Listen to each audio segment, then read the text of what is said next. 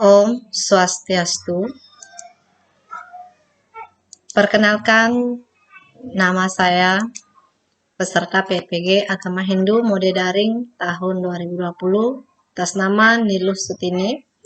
Tempat tanggal lahir Bali 26 Desember 1987. Tempat tugas SMAN 2 Kapontori.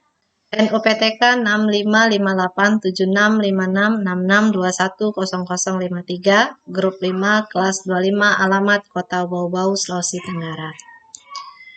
Pada kesempatan hari ini saya akan menjelaskan materi tentang perangkat pembelajaran pendidikan agama Hindu dan Budi Pekerti.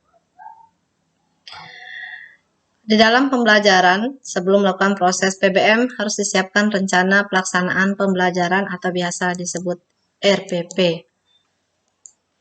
Cakupan RPP itu sendiri mencakup antara identitas RPP. Identitas RPP mencakup satuan pendidikan, mata pelajaran, kelas atau semester, alokasi waktu, dan pokok bahasan. Setelah identitas RPP, masuk pada langkah berikut yaitu kompetensi inti. Kompetensi inti mencakup 4 aspek, yaitu KI1, aspek sikap spiritual, KI2, aspek sikap sosial, KI3 itu pengetahuan, KI4 keterampilan. Selanjutnya dari kompetensi inti dituangkan ke kompetensi dasar. Kompetensi dasar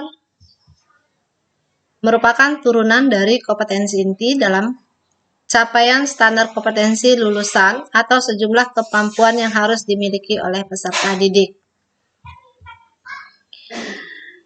Misalnya di dalam indikator itu sendiri adalah memuat tentang menghayati ajaran catur asrama, itu merupakan KI1, yaitu sikap spiritual.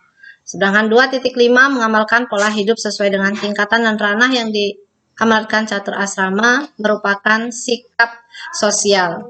3.5 memahami pengetahuan konseptual tentang ajaran catur asrama merupakan pengetahuan. Dan yang terakhir 4.5 menyajikan ajaran catur asrama merupakan keterampilan. Selanjutnya adalah indikator pencapaian kompetensi. Indikator pencapaian kompetensi merupakan penjabaran dari KD yang menunjukkan tanda-tanda perbuatan atau respon yang dilakukan atau ditampilkan oleh peserta didik. Indikator juga digunakan sebagai bahan dasar dalam penilaian. Dan indikator juga harus menggunakan kata kerja operasional atau KKO. Indikator itu contohnya seperti mengikuti ajaran catur asrama. Ini merupakan indikator dalam pembelajaran. Dan seterusnya, berikutnya tujuan pembelajaran itu sendiri. Tujuan pembelajaran itu tidak terlepas dari indikator. Misalnya di sini, melalui diskusi, mengamati, dan membaca referensi peserta didik dapat. Itu yang pertama mengikuti ajaran catur asrama, yang kedua memilih ajaran catur asrama, dan seterusnya. Nah, berikutnya langkah selanjutnya adalah materi pembelajaran. Materi pembelajaran di sini mencakup pengertian, bagian-bagian kewajiban dari masing-masing tahap catur asrama, semuanya terlampir di RPP bagian bawah. Berikut yaitu pendekatan strategi dan metode pembelajaran menggunakan pendekatan saintifik, strateginya kooperatif, dan metode yang digunakan metode ceramah, diskusi, bercerita, tanya jawab, dan penugasan. Selanjutnya kegiatan pembelajaran integrasi PPK 4C, literasi pendekatan saintifik, yaitu dalam kegiatan belajar mengajar pembelajaran itu ada tiga kegiatan inti, yaitu pendahuluan yang menggunakan alokasi waktu 10 menit, inti 90 menit, kegiatan penutup itu sebanyak 20 menit. Nah, serangkaian dalam kegiatan penutup, guru memberikan motivasi serta memberikan kesimpulan pada materi yang diberikan. Selanjutnya kita pindah pada pertemuan kedua. Kegiatannya juga sama, yaitu ada pendahuluan, kegiatan inti, dan kegiatan penutup. Selanjutnya di dalam perangkat pembelajaran juga harus mempunyai media alat bahan sumber belajar. Medianya di sini berupa whiteboard, laptop, infocus, LCD, proyektor, PowerPoint, dan materi dari catur asrama. Sumber belajar yang digunakan adalah buku pegangan guru dan buku pegangan siswa, serta beberapa laman yang diambil dari internet.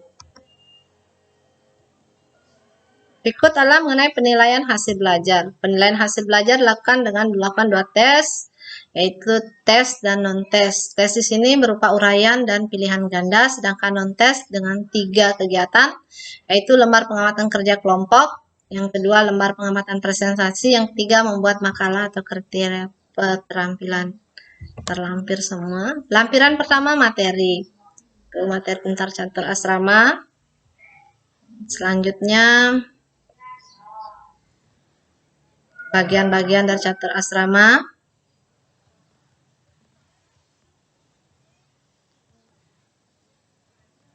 Berikutnya lampiran soal uraian. Sebanyak 10 soal. Berikut lembar penilaian.